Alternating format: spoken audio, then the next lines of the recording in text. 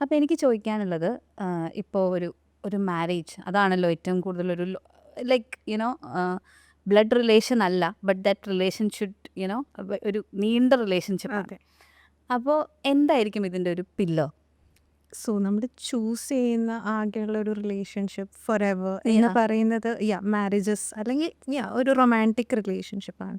Maintain ചെയ്യാൻ ഏറ്റവും കൂടുതൽ ബുദ്ധിമുട്ട് വരുന്നതും ഈ പറഞ്ഞ പോലെ കമ്മ്യൂണിക്കേഷൻ ശരിയല്ല എന്നുള്ളൊരു ഇതുകൊണ്ടാണ്. അത് അണ്ടർസ്റ്റാൻഡിങ് ശരിയല്ലാതെ വരും. ഇപ്പോൾ കോൺഫ്ലിക്ട്സ് എല്ലാ റിലേഷൻഷിപ്സിലും ഉണ്ടാവും. അത് മാരേജിലും ഒബ്വിയസ് ആണ്. കാര്യം നമ്മളുടെ ഒരു പേഴ്സണൽ സ്പേസിൽ വേറൊരാൾ വന്നിരിക്കുകയാണ്. അപ്പോൾ നമുക്കിഷ്ടപ്പെടില്ല നമ്മൾ ചെയ്തിരുന്ന കാര്യങ്ങൾ അത് ചെയ്യാൻ പറ്റുന്നില്ല. മാരേജസിൽ എസ്പെഷ്യലി ഞാനീ പറയുന്നത്. അപ്പോൾ കമ്മ്യൂണിക്കേഷനാണ് നമുക്കത് മെയിൻറ്റെയിൻ ചെയ്യാൻ വേണ്ടിയിട്ടുള്ളത്.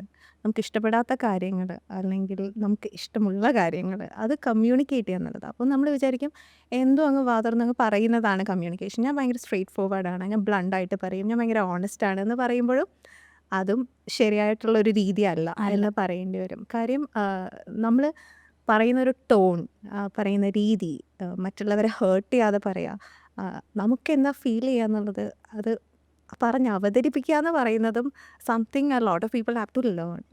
അത് ഒത്തിരി പേർക്ക് അറിയില്ല. അത് എന്താ അറിയാത്തതെന്ന് വെച്ച് കഴിഞ്ഞാൽ നമ്മൾ ചെറുതിലേ തൊട്ട് നമ്മളാരും പഠിപ്പിച്ചിട്ടില്ല. ഒന്നാമത്തെ കാര്യം നമ്മൾ പൊതുവേ പറയല്ലോ ആണുങ്ങൾക്ക് അധികം വൊക്കാബുലറി ഇല്ല, പെണ്ണുങ്ങൾ കുറേ സംസാരിക്കും എന്നാ പറയുന്നത്. അപ്പോൾ ഈ ഒരു സംഭവം റിലേഷൻഷിപ്സിലും വരാറുണ്ട്. ഇപ്പോൾ നമ്മുടെ അടുത്ത് കപ്പിൾസ് വരുമ്പോൾ എന്താ ഒന്നും പറയാത്തേ എന്ന് ചോദിച്ചു കഴിഞ്ഞാൽ ഇപ്പം നമ്മുടെ അടുത്തായിരിക്കും ആദ്യമായിട്ട് കുറേ കാര്യങ്ങൾ പറയുന്നത്. മറ്റേ ജെയിംസ് ആൻഡ് ആലിസ് എന്ന് പറഞ്ഞൊരു മൂവിയിൽ അപ്പോൾ അതിലൊരു സീനുണ്ട്. ഡിവോഴ്സ് കൊടുക്കാൻ വേണ്ടിയിട്ട് വരുമ്പോൾ ആലിസ് ഇങ്ങനെ പറഞ്ഞിട്ട് ഇറങ്ങുമ്പോൾ പൃഥ്വിരാജ് പറയും, നീ അവിടെ ഇരുന്ന് പറഞ്ഞ കാര്യങ്ങളൊരു 4 ഫുൾ സ്കാൻ പേപ്പറിൽ അടിക്കാനുള്ള കാര്യങ്ങളുണ്ടായിരുന്നു, ഇതൊക്കെ നിനക്ക് പണ്ടേ എന്നോട് പറഞ്ഞായിരുന്നോ എന്ന് ചോദിക്കും. പണ്ടേ പറയായിരുന്നു, പറഞ്ഞിട്ടില്ല. അത് അവസാനം എത്തുന്നത് വക്കീലിൻ്റെ അടുത്തോ തെറപ്പിസ്റ്റിൻ്റെ അടുത്തോ ആയിരിക്കും നമ്മൾ പറയുന്നത്. അത് പണ്ടേ പറയുക എന്നുള്ളതാണ് ആ ഒരു പില്ലറിന് പറയുന്നത്.